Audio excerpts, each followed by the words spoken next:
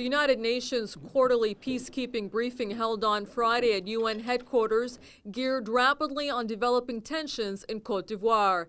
Alain Leroy, Undersecretary General for the UN Department of Peacekeeping Operations, reported that despite the 44 people killed in just the last 10 days in various UN peacekeeping missions, luckily no UN troops were killed in Cote d'Ivoire, while honoring the deceased and stressing the dangerous nature of various UN peacekeeping missions. Heavy weapons were shelling the civilian populations, UNOC headquarters, and even on Saturday, the region of President Ouattara. We have implemented, remember what happened on last Sunday, where the Secretary General decided to fully implement the Resolution 1975, and that made the difference. We don't hear any more heavy weapons in Abidjan. That was the main objective.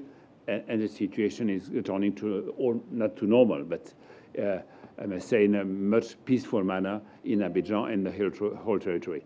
Civilians in the Ivory Coast continue to suffer from post-election conflict, ignited ethnic tensions, human rights violations, and attacks on civilians and UN peacekeepers by former President Laurent Gbagbo's forces. Gbagbo refused to cede power to Alassane Ouattara, the new president of Cote d'Ivoire, who won the UN-certified presidential runoff election last November. Tensions have also resulted in the displacement of about 1 million people, according to the UN. The UN mission in Cote d'Ivoire is feeling the pressure to have to play a greater role in stopping the current wave of attacks against former Gbagbo supporters. The first task is to protect the civilian population. So now, as we speak, we are patrolling throughout Abidjan, as we have done for many weeks and months, but with less blockade now, and our patrols are less shelled. We receive less RPGs on our patrols, so we're patrolling throughout Abidjan, and we urge also the police and the gendarmerie from President Ouattara to patrol to restore law and order in Abidjan.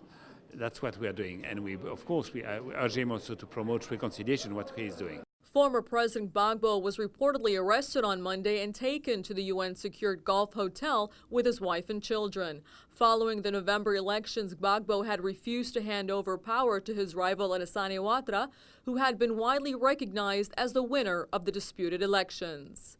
Afaf Kanja for South South News, United Nations.